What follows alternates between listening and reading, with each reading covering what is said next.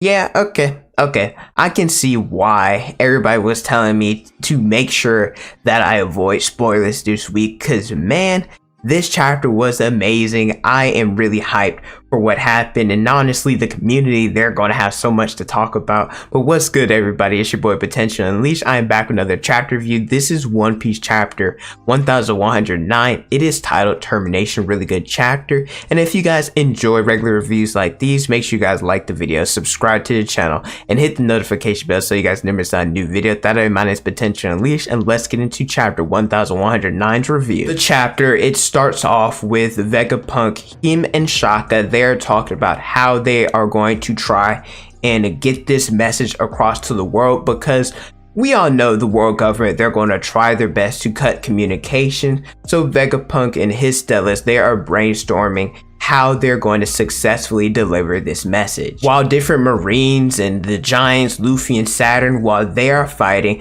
Vegapunk, he decides, hey, there's going to be different people that aren't necessarily prepared to view this message. So I'm going to wait about 10 minutes so everybody can get situated, everybody can get their transponder snails ready for you guys to view it. So 10 minutes before we get to be revealed everything that's taken place in the Void Century. And I think that this is really smart by Vegapunk, the way that he was able to have some form of a dead man switch in order for, hey, if he is ever to die, everybody's going to figure out exactly what the world government is up to. And Saturn, he is communicating telepathically to the other elders, talking about the situation going on at Egghead, the fact that Vegapunk had been stabbed. However, he doesn't know how this message is getting out. The Gorosei, knowing that this has the potential to ruin the entirety of the world and throw it into chaos, they're trying to brainstorm what the fluff they're going to do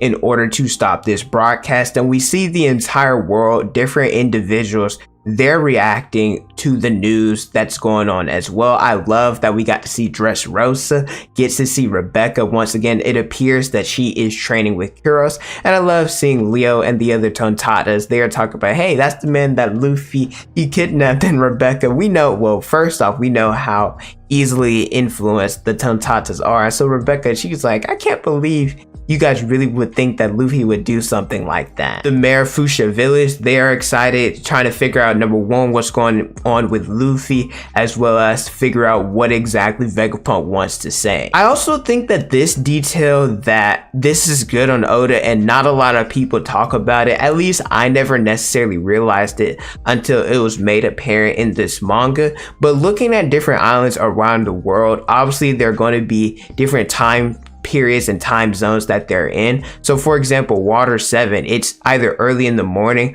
or late at night that different individuals are here, but because of this grand and groundbreaking news, they're going to have to wake up and broadcast it. So I think that that detail of it being nighttime in certain places and daytime in others, that's really cool. Vivi and Warpro, they're talking about, hey, is this being broadcasted live? What's going on with Luffy? However, we know that this is a pre-recorded message because the current time is different than what is actually being seen in this recording. The different seas, so there's west, north, south, and east, they're trying to figure out what's going on. There's also the revolutionaries at Vunkov. They're like, hey, this is what Vegapunk's been up to. We know that Koala and Sabo, they haven't been able to see him, so they finally get to see what Vegapunk looks like after such a long time. There's also Dragon. He's sweating here with his famous not saying anything, staring to the distance ellipses, but he thinks back to what Shaka says about how Vegapunk and the rest of them will be dead soon. As we know, Luffy, he is currently fighting against Kizaru and Saturn, and he says, hey, it looks like my punches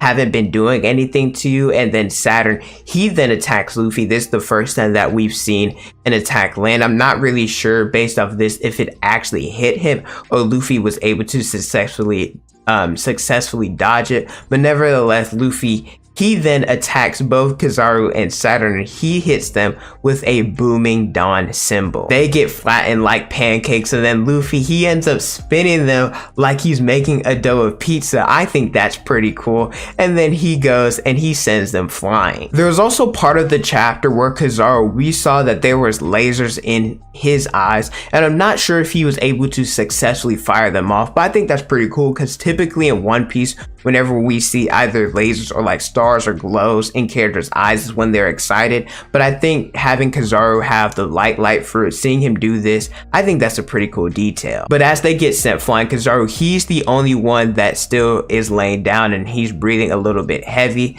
but Saturn, he ends up bouncing back and heads towards Luffy. There's not a lot of time and they cannot allow Vegapunk to relay this information to the world, and this is where Saturn, he says, I'll start the summoning. This reminds me so much of a summoning jutsu from Naruto, because he ends up summoning or has the same transformation circles that appeared when he first showed up in chapter, I believe it was 1094. Luffy, he's like, what's going on? Sanji, he said it's the same thing that appears, and you look at it, there's 4 different circles of smoke in the background, so it appears that the rest of the Gorosei, they are going to make their appearance.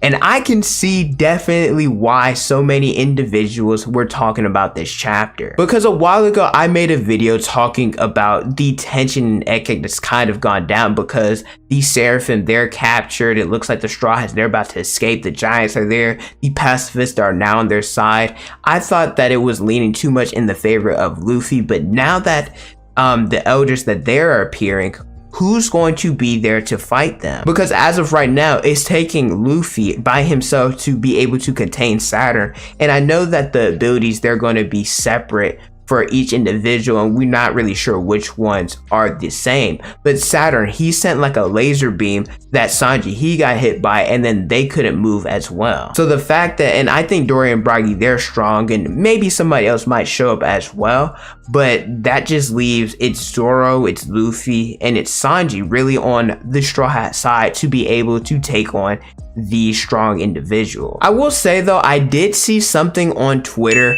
that it involved Zoro, and I believe his name is Saint Ethan Barron. So I did see that. It was like a picture of Zoro versus him. I'm not gonna lie, I thought it was just somebody doing fan art talking about, oh, that this is gonna be a really dope matchup whenever it happens. But how was I supposed to know that he was gonna show up on Egghead? Also, remember when we saw Sabo, I think it was chapter 1086, whenever he interacted with the Gorosei, calling them monsters, it appears that we're going to get to see all 4, or well, technically now it'll be 5, but every single Gorosei, their devil-like form, how we similar saw to Saturn. I'm at the point now, I'm like, dang, it's kind of shifted back into the world government side, because as I mentioned earlier, I don't know who's strong enough to be able to take on these individuals. This was a really good chapter with a break next week, which sucks, but well, I mean, I was kind of expecting us to get a break next week, but we definitely deserve one after this one, leaving us on such a cliffhanger. But let me know how you guys feel